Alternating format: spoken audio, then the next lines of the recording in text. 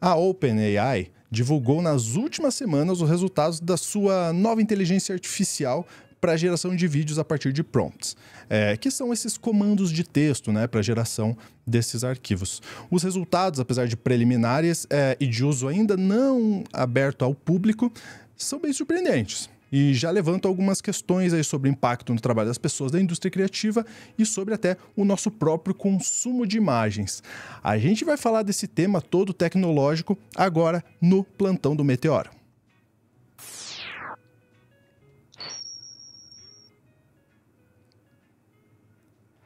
Inteligência artificial parece que não é só uma moda passageira e as coisas estão escalando muito rápido.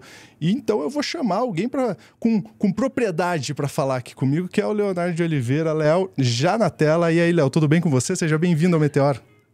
Muito obrigado. É exatamente isso aí que você falou, Lúcio. Assim, a OpenAI, né, que inclusive é a mesma empresa que desenvolveu o ChatGPT, que é aquela ferramenta de inteligência generativa voltada para texto, e que também desenvolveu o DALL-E, né, que é uma ferramenta que vai gerar imagens de qualidade muito surpreendente. Essa mesma empresa agora lançou o Sora, que é a inteligência artificial deles voltada para a criação de vídeos com base nesses prompts de texto, que são esses comandos descritivos que a gente faz, e que agora está dando uns resultados aí bem surpreendentes, bem interessantes, e eu vou pedir para você dar o play. Vamos lá. Tem alguns trechos, né, deles aí que demonstram alguns dos resultados criados por essa inteligência artificial. Esse primeiro é tipo um trailer de filme, assim, sabe? Filme de autor. E eu acho super surpreendente. Você vê as pessoas certinho, assim, é convincente. Tem algumas formas um pouco estranhas, mas a primeira vez que eu vi esse vídeo aí, ó, ele me convenceu. Eu não sabia que era inteligência artificial. Eu esbarrei no Twitter, né? Aí você pode pausar e ir pro próximo, que eu acho que eles demonstram diferentes aspectos, né? Pode dar play. E o que a gente vê nesse daí já é uma paisagem, né? Que é o Big Sur, né? Que é uma paisagem lá dos Estados Unidos e que até me preocupa, pode pausar de novo, que é sobre como que isso muda a nossa percepção da realidade sobre lugares que existem de verdade. Então é uma curiosidade que existe. E por último, pode dar play aí também, é uma animação que acho que demonstra um pouco da versatilidade dessa mesma ferramenta em gerar todo tipo de vídeo, né? Canguru Jack assim... tá diferente, né? Lembra do Canguru? Olha esse cachorrinho, meu Deus, gente, que coisa maravilhosa. Isso tudo que a gente viu aí é inteligência artificial, Léo. É tudo da inteligência artificial, inclusive no próprio vídeo aí da OpenAI, eles comentam que nada, absolutamente nada foi editado. E aí, assim, só para dar uma perspectiva da velocidade do desenvolvimento dessas tecnologias, né, eu queria que você abrisse ainda o outro vídeo, que foi um vídeo que o Will Smith publicou lá na conta dele, que faz um comparativo interessante aí do que a gente está vendo. Pode dar play. What's happening? What's happening? Hey! Hey! Lil Jon! What's up, Bodie? What's happening? Hey! Let's go! But do you still?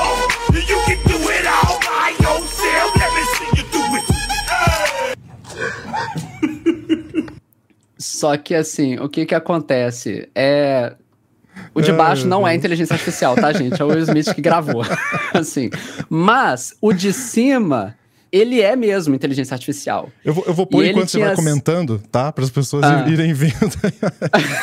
É ótimo, perfeito. Inclusive, genial, porque a primeira vez que eu vi esse vídeo, eu falei assim, caraca, será que é inteligência artificial de fato de baixo, né? Mas não é, ele gravando. E o de cima, que a gente viu antes, que é super esquisito, assim, meio uncanny, né, até, ele foi gerado por inteligência artificial lá no começo de 2023, ou seja, tem menos de um ano. E olha como que em menos de um ano essa tecnologia saiu disso, que é muito não convincente, para uma coisa que hoje já, enfim, né, você pode confundir com a realidade. Então isso traz duas perguntas, assim, na minha cabeça, né? Primeiro, o que essa inteligência artificial, esse tipo de utilização pode fazer daqui a mais 1, 2, 3 ou 5 anos? Só que mais importante do que isso, eu entendo, é sobre que tipo de impacto ético e cuidado sobre o mau uso que vai ser necessário a gente começar a verificar a partir do momento que essa ferramenta de fato chegar no mercado, né? Que inclusive esse é um ponto importante, né? A ferramenta ela ainda não está disponível para o público e tem acesso bem restrito, né? Para uma base bem fechada de pessoas, mas que daqui a pouco a tendência é que ela vai ser aberta, né?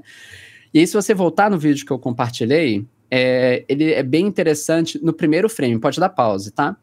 Que eles colocam essa afirmação, que eu vou colocar em tradução livre, né? Basicamente, nós estamos compartilhando o nosso progresso de pesquisa cedo para ter feedback de pessoas de fora da OpenAI e para dar para as pessoas uma noção de quais capacidades de IA que estão no horizonte. Nós vamos tomar importantes passos de segurança antes de deixar essa pesquisa aberta para qualquer um dos nossos produtos. Sora é um novo modelo de IA que consegue criar cenas realistas e imaginativas a partir de prompts de texto. E aí, além dessa afirmação, né, lá no site do Sora, no OpenAI, e no detalhamento técnico que eles fornecem, eles comentam ainda de outras restrições de uso que eles estão fazendo, né? Por exemplo, é proibido a utilização para criar conteúdo com violência extrema, conteúdo sexual, imagens de ódio, semelhança com celebridades, propriedades intelectuais de terceiro, tudo isso é proibido. E eles comentam também que estão contando com um time de pessoas dedicadas a detectar possíveis mau usos, né? Pessoas especialistas, e também liberando ali para um pequeno grupo de artistas, designers e outras pessoas da indústria criativa para poder impulsionar essa utilização dessa tecnologia. Mas o que essas declarações todas falam é sobre como que, no final das contas, a OpenAI, ela sabe que essa já é uma preocupação do público, sabe? Sobre esse mau uso, sobre como que isso está, de alguma forma, preocupando a gente enquanto sociedade e que eles estão sendo cobrados sobre isso.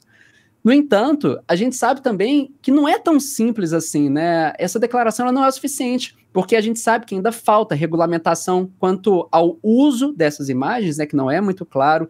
Também tem muito sobre o que falta de regulação sobre o uso dos dados e imagens que são utilizados para o treinamento dessas tecnologias. Então, assim, no final das contas, a gente sabe que não dá para negligenciar, né, o potencial impacto que esse tipo de tecnologia vai ter aí num número cada vez maior de pessoas que trabalham na indústria criativa e também como elas acabam afetando essas pessoas hoje, né?